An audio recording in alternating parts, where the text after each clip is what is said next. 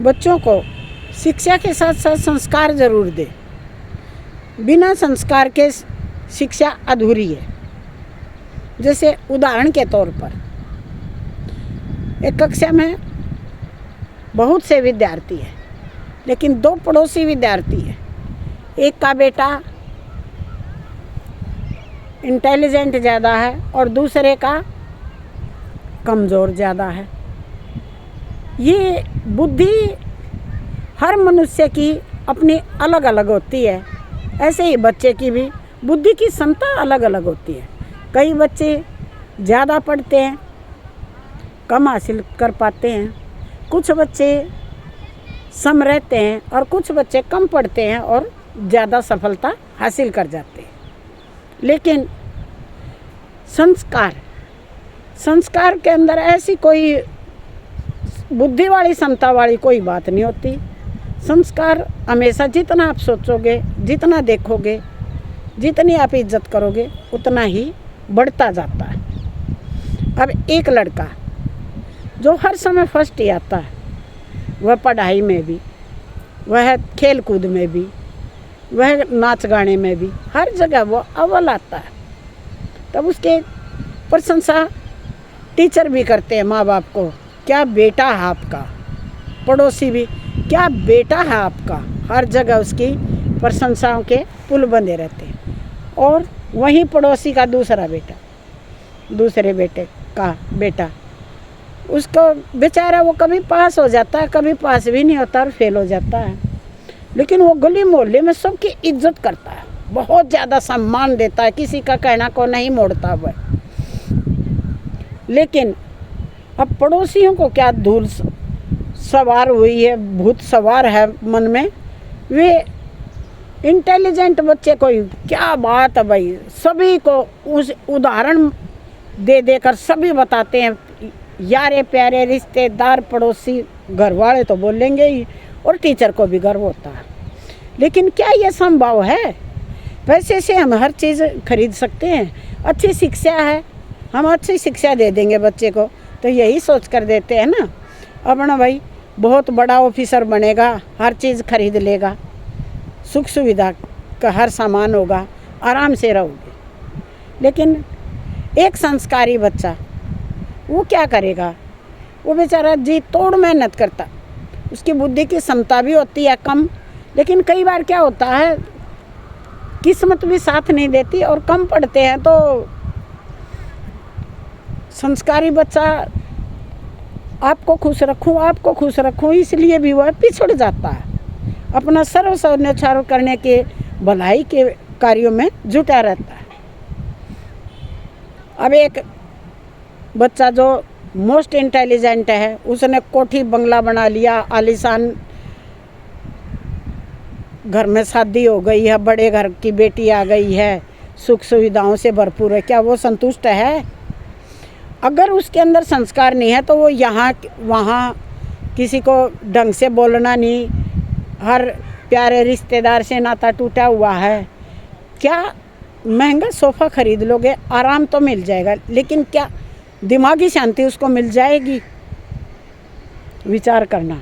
और एक जो संस्कारी बच्चा है, उसका एक छोटा सा मकान है, गरीब से घर से शादी हुई है, कोई दान दहेज नहीं है, सामान भी थोड़ा है, लेकिन संस्कार है, वही अपनी चारपाई पर लेटा है, सुकून की नींद सो रहा है। उसे ज़्यादा की कोई ज़रूरत नहीं, वो काम करना और अपना खाना, अपनी जिम्मेवारी, समाज में मान प्रतिष्ठा न गिरे, इज्जत बनी रहे, इसी उधेड़-बुन में नहीं रहता वो किसी प्रकार की। बस अपना सादा जीवन, उच्च विचार, होगा सो देखा जाएगा, हमने तो अच्छा ही करना है।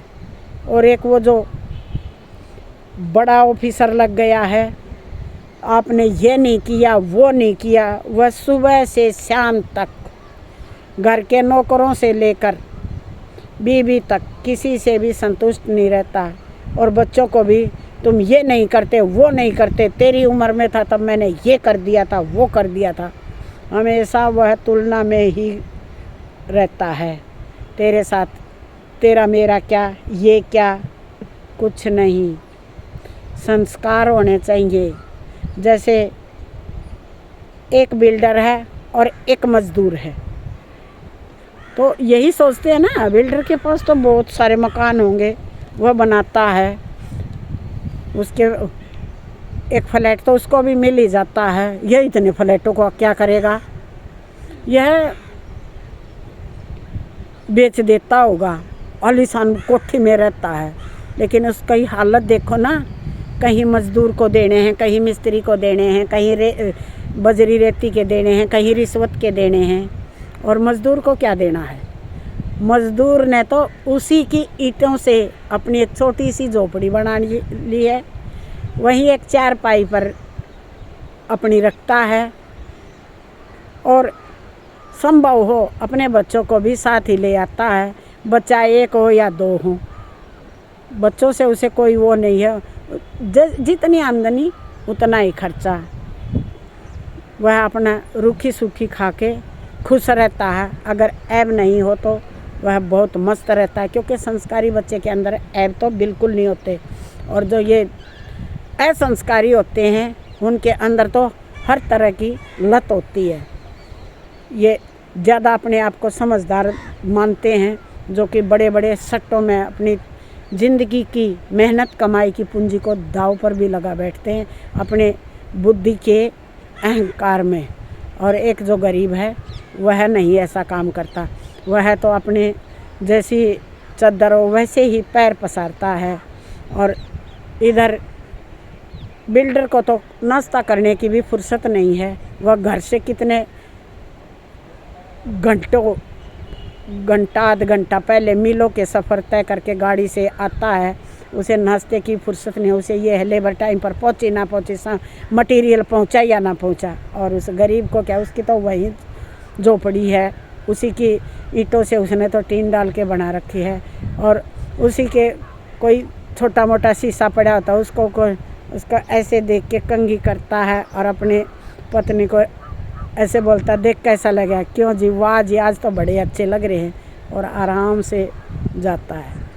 तब देखो, अगर उसके अंदर संस्कार हैं, उनके बच्चे भी खुश हैं, उनकी पत्नी भी खुश है, और वो खुद भी खुश हैं। और उस मालदार को देखो, इसलिए मालदार हम ये नहीं कहते कि पैसा होना गुनाह है, पैसे का सदुपयोग कियो, मान सम्मान रखो, अपने परिवार रिश्तेदार आस पड़ोस की इज्जत करो, अपने देश की सेवा में हमेशा तत्पर रहो, अपने से कभी किसी को छोटा नहीं आंकना चाहिए, और अपने संस्कारों को जारी रखो। हमारी संस्कृति जिंदाबाद, हम उस देश के वासी हैं जिस देश में गंगा बहती है। हर हर गंगे, नमामि गंगे, लो गंगा मैया के भी दर्शन करा दिए हैं। धनवंती हरियाणवी ताई की राम राम। मिलते हैं अगली वीडियो में।